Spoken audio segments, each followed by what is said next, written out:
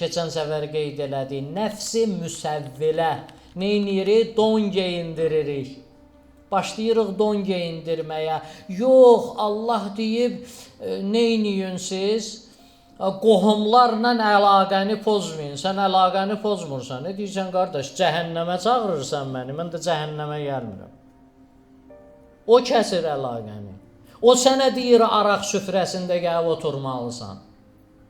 O səni məcbur eləyir. Deyir, oturmasan, sənin üzvə baxmaram, dünəndən baxma. Mən namaza dəvət eləyirəm, yaxşılığa dəvət eləyirəm. Əmr və mərufun bir həddi var, əzizim. Əmr və məruf o həddə olmalıdır ki, dinin hörməti sındırılmasın. Məsələn, 5 dəfə dedim buna, gördüm məsxərə eləyir, qılmırsan dünəndən qılma. Qılmırsan o sənin canın, o da cəhənnəm, özün bilərsən. O sənin məsələndir. Mən dinin hörmətin, şəriətin hörmətin kiminsə qabağında sındırmamalıyam. Bəli, göstərəcəm ona yanğımı.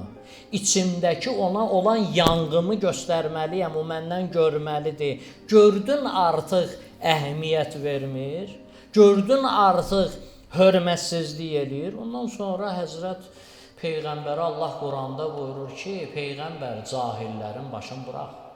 Peyğəmbər çox narahat olurdu.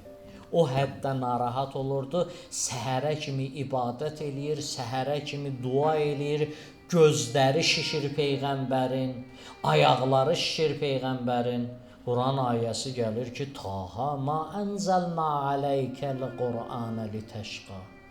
Biz bu Quranı sənə nazil eləmədik ki, sən özünə əziyyət verəsən.